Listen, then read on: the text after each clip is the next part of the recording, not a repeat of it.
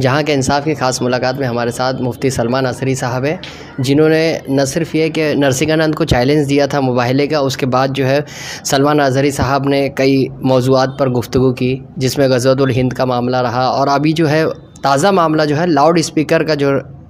حالات پیدا ہو گئے، جس طرح سے ہنومان چالیسا بجانے کی بات جو ہے راج ٹھاکرے نے دھمکی دی تھی،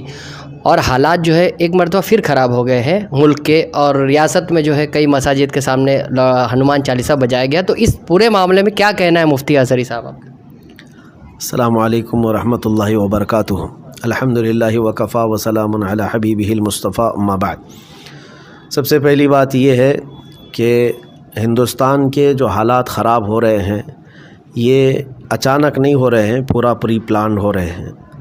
یعنی خاص طور پر ایک کمیونٹی کو ٹارگٹ کرنا اور ان کو ان کے جذبات پر اور ان کے مقدسات پر بار بار حملے کرنا،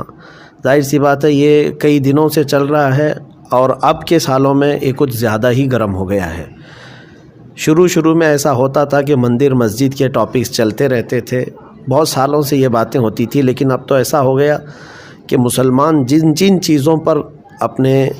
اس آزاد ملک میں عمل کرنا چاہتے ہیں ان چیزوں کو ٹارگٹ کیا جاتا ہے۔ مجھے بتائیے، آج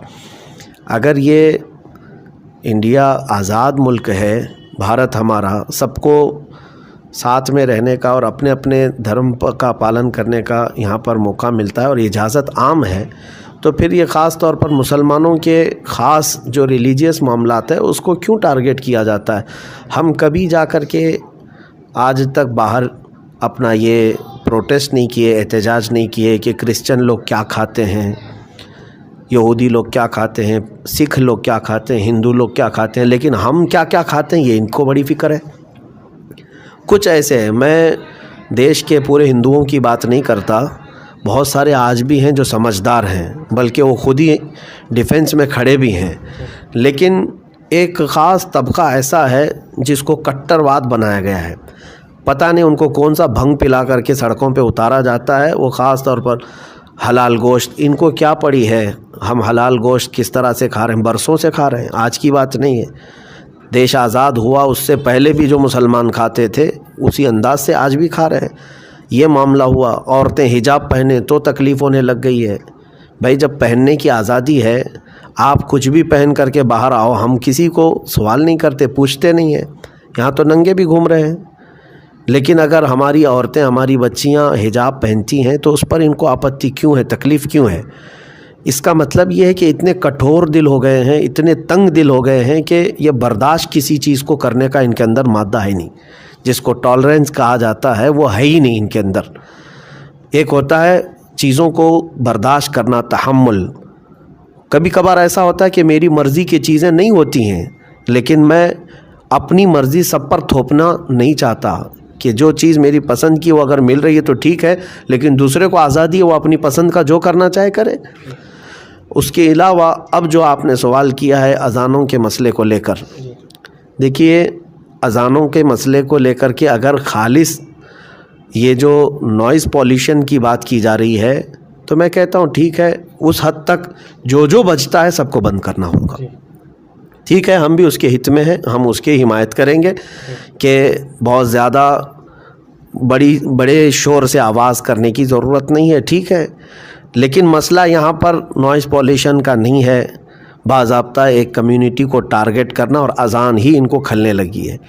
اور اس میں پھر اذان کے الفاظ، اس میں کیا بولا جا رہا ہے کیا نہیں بولا جا رہا ہے، یہ اس ڈیبیٹ میں کیوں آ گیا ہے؟ یہ جتنے آتنکی میڈیا ہیں،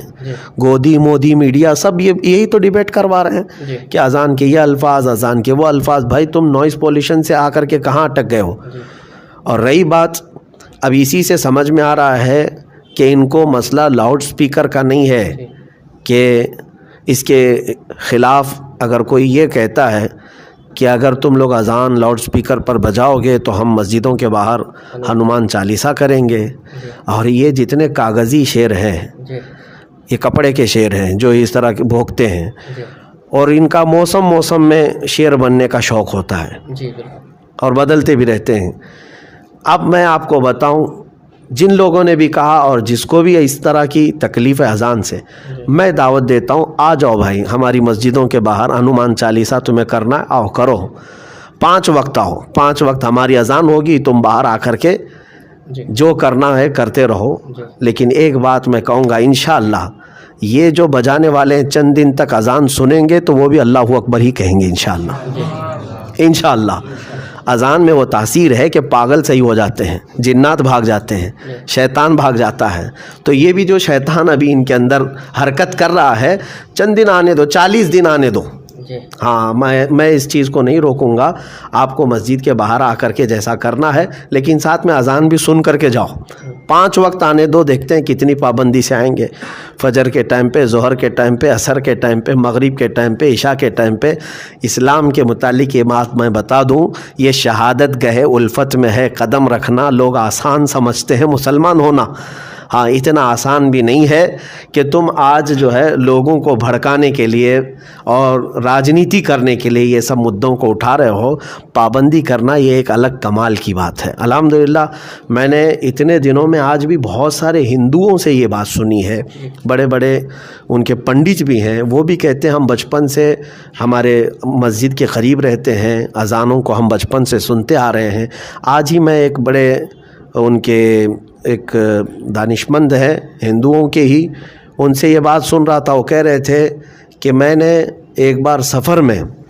ایتھوپیا میں 10 گھنٹے کا ان کا ٹرانزٹ تھا، تو کہہ رہے تھے کہ مجھے تھکان تھی، گھر پہ فون بھی بات نہیں کر سکتا تھا اس وقت، جو ہے ایئرپورٹ پہ کہیں جانے کا بھی وہ نہیں تھا، لیکن کنٹینیو میرے اس وقت ایئرپورٹ میں جب تھکان تھی تو آواز آ رہی تھی اللہ اکبر ایئرپورٹ کے قریب سے۔ وہ کہتے ہیں کہ پوری دنیا کے مسلمان شاید اس اذان سے اتنا پربھاوت نہ ہوتے ہوں گے، اتنا ان کو سکون نہ ملا ہوگا جتنا